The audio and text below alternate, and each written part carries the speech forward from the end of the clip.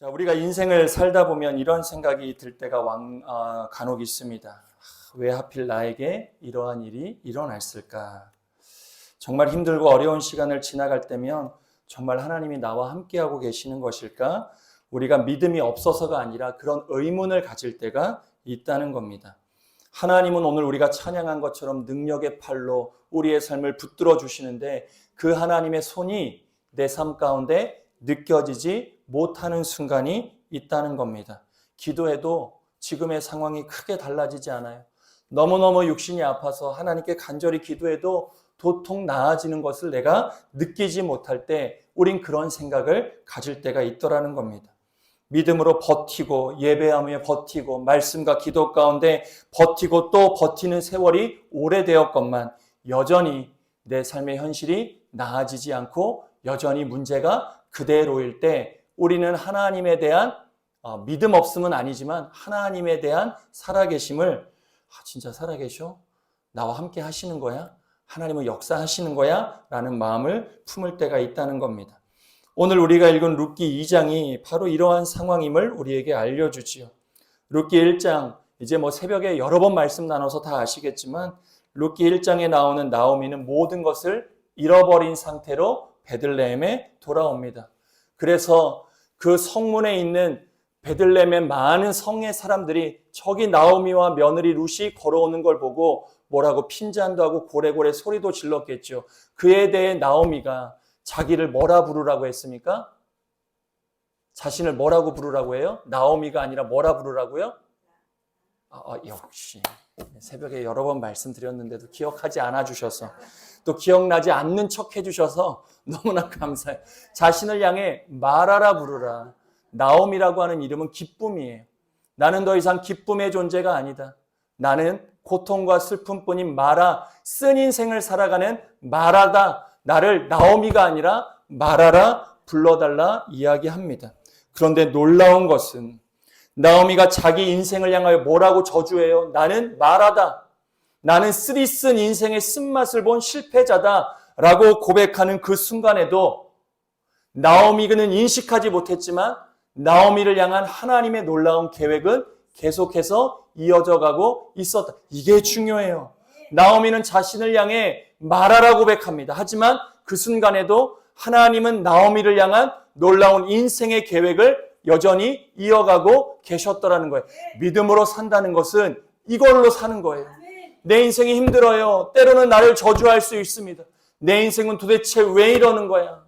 내가 뭘 잘못했다고? 내 인생에 왜 이런 고통과 고난 가운데 살아가야 하는 거야? 내가 왜 저 사람에게 이런 소리를 들으며 이런 취급을 받으며 내가 절망 가운데 살아가야 하는 거야? 내 스스로 내 삶을 한탄할 수 있겠지만 그 순간에도 나를 구원하신 하나님께서는 내 삶에 놀라운 일들을 이루어내시기 위해 일하고 계시다. 우리가 절대 이 믿음을 잃어버리지 않아야 우리의 인생이 회복될 수 있다는 겁니다.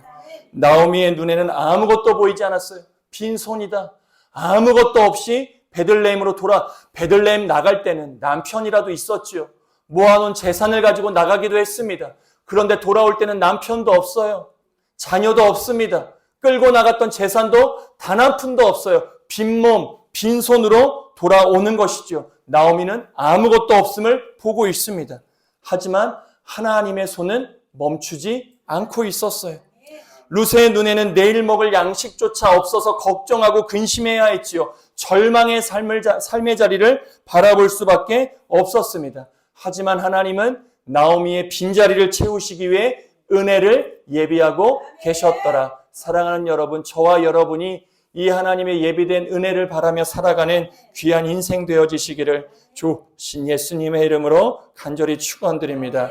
오늘 본문 1절 이렇게 시작하죠. 1절의 말씀을 같이 읽어봅니다. 나오미의 남편 엘리멜렉의 친족으로 유력한 자가 있으니 그 이름은 보아스더라.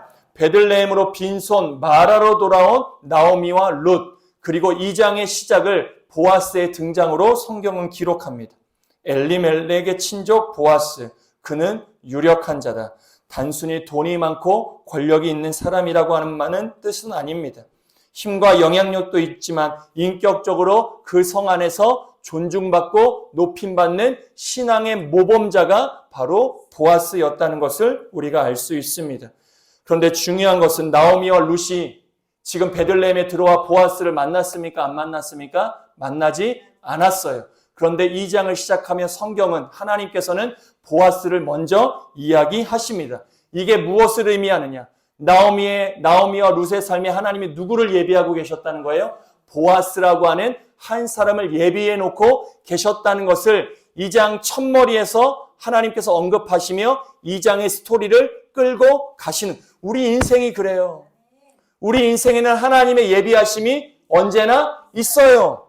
빈손 절망 가운데 돌아온 베들레헴이었지만 하나님은 나오미와 룻의 인생에 보아스를 예비하셨던 것처럼 저와 여러분의 삶에도 하나님의 예비하심이 있다는 거예요. 그러니 절망하지 마세요. 낙심하지 마세요. 실망하지 마세요. 하나님의 예비하신 보아스를 우리 인생 가운데 늘 발견해내는 기쁨의 삶을 우리가 살아내야죠. 지난 한 주간 어떻게 여러분들의 삶에 예비된 보아스를 만나셨습니까? 그 신앙의 기쁨이 우리에게 있어야 하는 겁니다. 이것이 하나님의 섭리지요. 우리는 아직 모르지만 하나님은 이미 알고 계시는 겁니다. 우리는 아직 만나지 못했지만 하나님은 이미 준비하고 계세요. 그 놀라운 만남을 준비하고 계세요. 우리는 막막하다고 말하지만 하나님은 은혜의 길을 열어가고 계시더라. 이것이 2장 1절 보아스의 등장으로 우리가 갖게 되는 은혜입니다. 2절을 보면 룻이 나오미에게 이렇게 이야기하죠. 2절의 말씀도 우리 같이 한번 읽어보겠습니다. 모압 여인 룻이 나오미에게 이르되 원하건대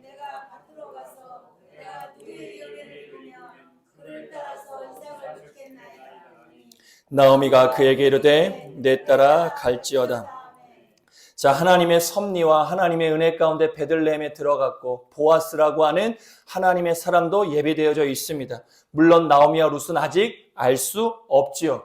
하나님의 음성, 베들레헴의 백성들을 하나님이 돌보셨다고 하는 하늘의 음성을 들었던 나오미와 룻은 자신을 핀잔하고 조롱했던 사람들의 경계를 믿음으로 넘어섰어요. 믿음이 없으면 넘어설 수 없는 경계지요. 성 앞까지 갔다가 사람들의 손가락질과 원성을 들으면 돌아가고 싶지요. 저 안에 누가 들어가고 싶습니까? 하지만 말씀에 대한 확신이 있었던 나오미는 자신의 빈손을 보더라도 사람들에게 나를 말하라 부르라 이야기하면서도 그 사람들의 경계를 넘어섭니다. 믿음으로 견디고 버텨내는 시간이 있지요. 그렇게 집에서 룻과 함께 시간을 보내는 겁니다. 사람들은 문 밖에서 고래고래 매일같이 소리쳤을 거예요. 너가 뭔데 여기를 돌아와가지고 뭐라고 막 불평불만을 쏟아냈을 수 있지요. 나오미와 룻이 그 소리를 들으면서도 약속의 말씀을 붙들며 믿음으로 견딥니다.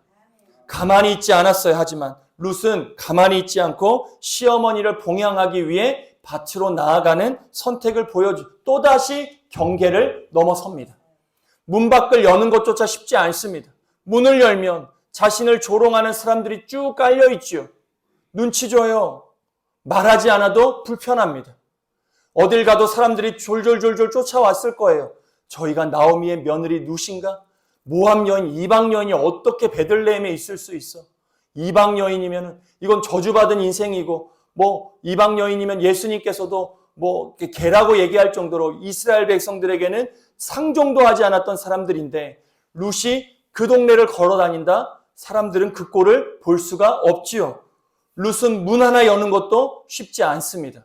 그런데 시어머니를 봉양하기 위해 밭으로 나간다? 믿음 없이는, 나오미의 하나님을 자신의 하나님으로 받아들이는 과정 없이는 그 경계를 못 넘어서지요. 룻은 눈물을 흘리며 마음으로 가슴을 쓸어내리며 그렇게 믿음으로 자신의 경계를 넘어 밭으로 나아갑니다. 당시 이삭을 줍는다는 것, 가난한 사람들, 나그네 고아, 과부들의 생계를 이어가기 위한 유일한 방법이었습니다. 룻은 이방 여인이었고 과부였고 가난한 사람이었습니다.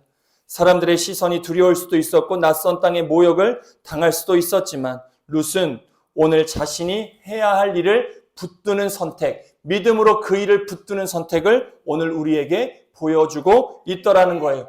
자신을 가로막고 있는 수많은 경계가 그의 삶의 핑계가 되지 않았어요. 아유, 저 사람 때문에 못 나가.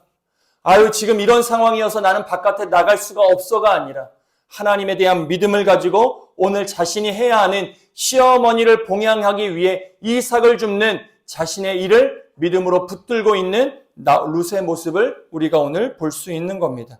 그리고 3절에 중요한 이야기가 등장하지요. 우리 3절의 말씀을 같이 한번 읽어봅니다. 룻이 가서 베는 자를 따라 밭에서 이삭을 줍는데 우연히 엘리멜렉의 친족 보아스에게 속한 밭에 이르렀더라. 자, 룻이 믿음으로 넘어설 수 없는 경계를 넘어 자신에게 주어진 이삭 줍기를 하여 밖으로 나갑니다. 그리고 이삭을 줍기 위한 밭을 찾았겠지요. 그런데 성경에 우연히 그가 보아스의 밭에 이르렀다 기록하고 있습니다. 자, 룻의 입장에서 보아스 알 수도 없는 사람입니다. 룻의 입장에서 보면 정말 이 일은 우연히 일어난 일이지요. 지도가 있었던 것도 아닙니다. 밭에 이름이 새겨져 있는 것도 아니지요. 나오미가 보아스의 밭을 찾아가라 이야기해 준 것도 아니었습니다. 그저 이삭을 줄 수 있는 밭을 찾다가 도착한 곳이 보아스의 밭이었던 겁니다. 그러나 믿음의 눈으로 보면 이것은 우연한 사건이 아니라 룻에게는 뜻밖의 걸음도 아니라 하나님의 예비된 길이었음을 우리가 고백하게 되는 것이죠. 자신이 해야 할 일을 붙들고 믿음의 경계를 넘어섰을 때 룻에게 임한 하나님의 은혜였습니다. 보아스의 입장에서도 생각해 볼 수 있죠. 이 당시의 율법에 따르면 추수 기간에는 자신의 밭 중앙에 있는 건 추수하되 양 귀퉁이에 있는 것들은 남겨놓습니다. 나그네와 과부와 가난한 자들 위해 남겨놓지요. 그리고 자신이 추수하여 이동하다가 떨어진 것들 다시 줍지 않아요. 나그네를 위하 남겨놓습니다. 그런데 다 그 율법을 지켰겠습니까? 지키지 않았던 사람들도 있었겠지요. 아까우니까. 실컷 다 거두고 조금씩 남겨놓았을 수 있습니다. 그리고 자신이 걸어가다 떨어뜨린 이삭 내가 주워 갔을 수도 있지요. 그렇게 상상해 보는 거예요. 왜 룻이 보아스의 밭에 이르게 되었을까? 저 혼자 상상해 봤어요. 수많은 밭이 있었을 텐데. 가다가 이쪽 밭을 보니까 이삭이 시원찮은 거예요. 아유, 내가 이걸 다 줍기에는 좀 양이 부족한 거예요. 그리고 또 이 밭을 지나갈 수 있지 않겠습니까? 너무 허황되게 지금 성경을 상상하면서 읽으면 재밌어요. 아, 룻이 나갔어요. 아, 첫 번째 밭을 봤는데 이삭이 몇 개 없어요. 여기서 이삭을 다 준 건 몇 개밖에 못 줄 것 같아서 그 밭을 지나갑니다. 또 다른 밭에 가요. 전에 밭보다 조금 더 있긴 하지만 그것 가지고는 시어머니 나오미와 내가 먹기엔 너무 부족해요. 물론 감사하지만 자기 눈에는 적게 보이는 겁니다. 룻도 선한 마음이 있으니 너무 적으니까 나만 줍는 게 아니라 동네에 많은 사람들이 나와 주울 텐데 너무 많이 없으니까 그 밭을 지나갔겠죠. 그렇게 몇 밭을 지나가다가 어느 밭에 딱 이르렀는데 뇌기퉁이에 이삭이 너무 많은 거예요. 그리고 흘려놓은 이삭이 그대로 남겨진 밭이 너무 많은 거예요. 그 밭이 누구 밭이었어요? 보아스. 보아스는 하나님 앞에 경건한 자였던 거예요. 신실한 자였어요. 하나님께서 말씀하신 율법 그 안에서만 지키는 것이나 그것을 넘어서서 하나님이 요만큼 남겨놓으라 그러면 보아스는 요만큼 남겨놓을 수 있는 그런 사람이었기 때문에 룻이 보아스의 밭에 이룰 수 있지 않았을까?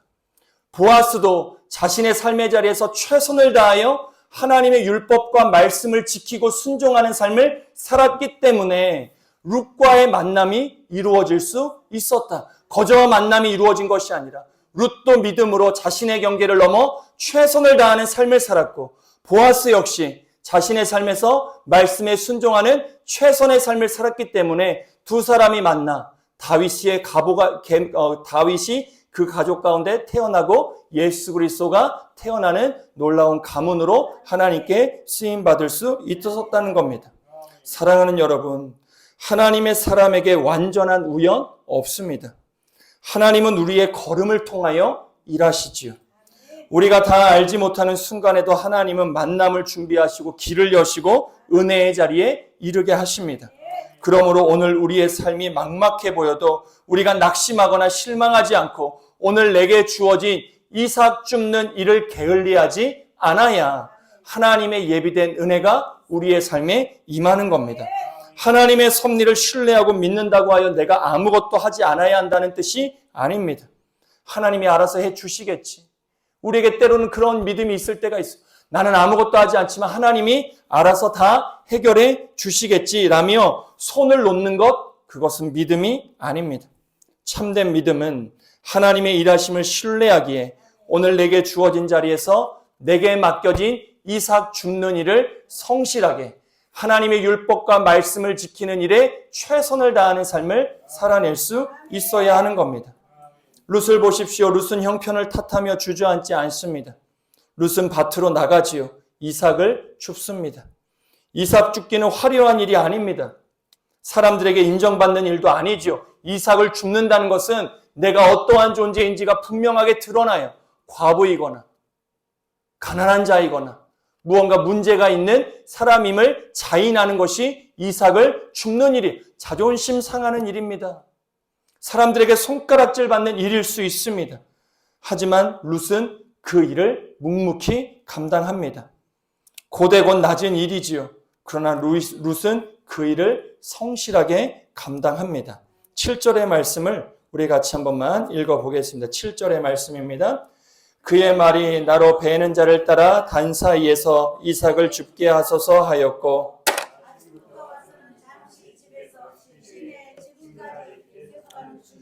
자, 룻은 아침부터 나와서 계속 일합니다. 쉬운 일이 아니지요. 뜨거운 햇빛 아래 허리를 굽혀 떨어진 이삭을 줍는 일이 쉽지 않습니다. 뒤에 보면 한 오멜이라고 하는 단위의 이삭을 주었다고 해요. 룻 혼자 감당할 수 없는 이삭을 지금 줍고 있는 겁니다. 누가 알아주지 않아도 해야 할 일을 하고 있는 룻을 볼 수가 있습니다. 룻은 성실했습니다. 그 성실함이 보아스의 눈에 띈 거예요. 그리고 그 성실함은 하나님의 은혜가 흘러가는 통로가 되었습니다.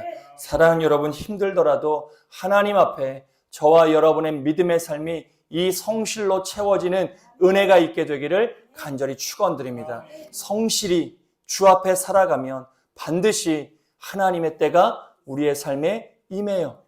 내 시간과 안 맞을 뿐이지 반드시 성실히 주의 일을 감당하는 자에게는 하나님의 은혜의 때가 반드시 도래하는 겁니다.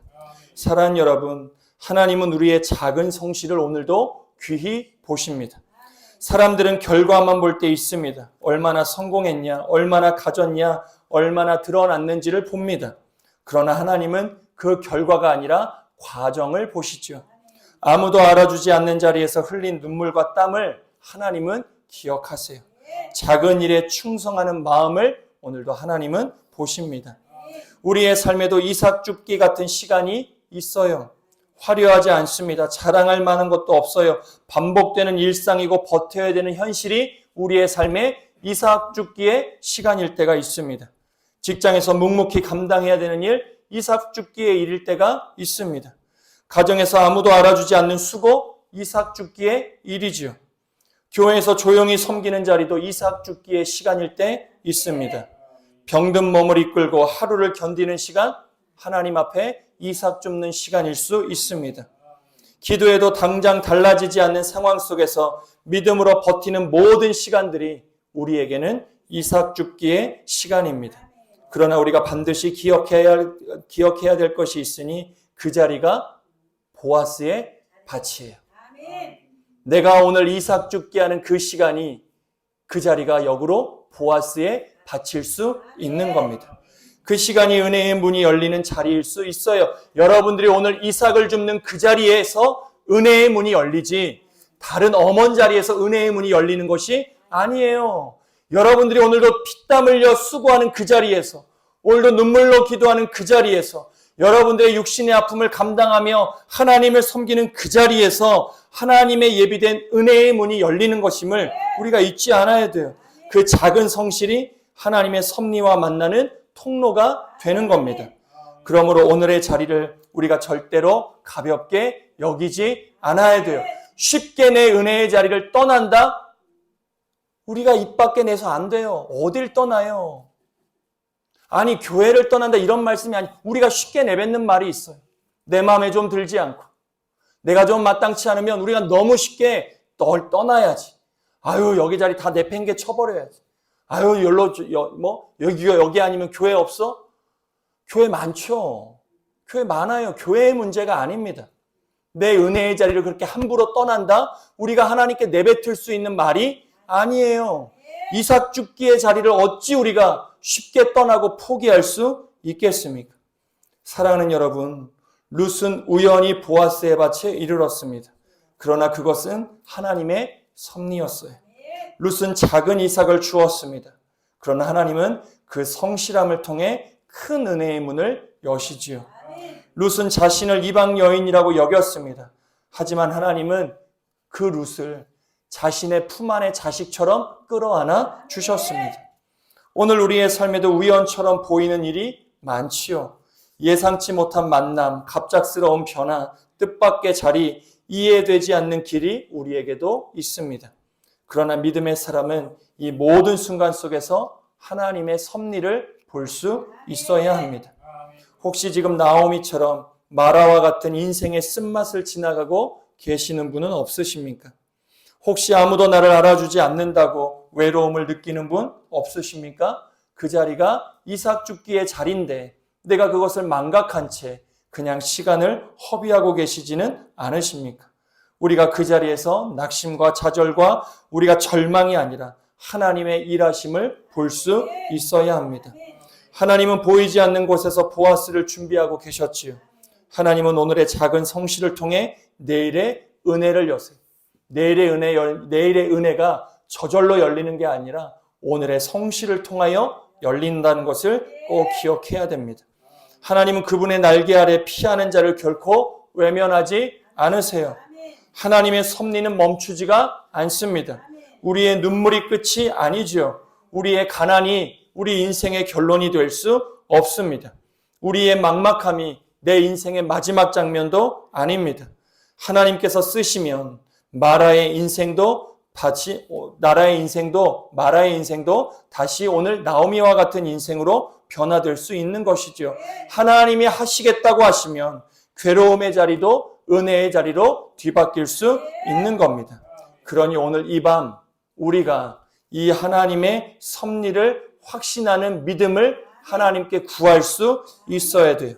그리고 하나님의 날개 아래 머무는 믿음의 삶을 결단할 수 있어야 합니다. 그리고 그 은혜를 가지고 내일도 모레도 변함없이 내 이삭 죽기의 자리를 성실함으로 지켜낼 수 있어야 한다. 그리고 그 자리에서 은혜의 문을 여시는 하나님의 섭리를 우리가 모두가 누릴 수 있어야 합니다. 사랑하는 여러분, 이 은혜의 삶을 저와 여러분이 평생에 걸쳐 살아가는 은혜가 있게 되기를 좋으신 예수님의 이름으로 간절히 축원드립니다. 내일의 밭을 향해 담대히 나아가는 저와 여러분의 복된 삶, 평생의 삶이 되어지시기를 다시 한번 좋으신 예수님의 이름으로 간절히 축원드립니다.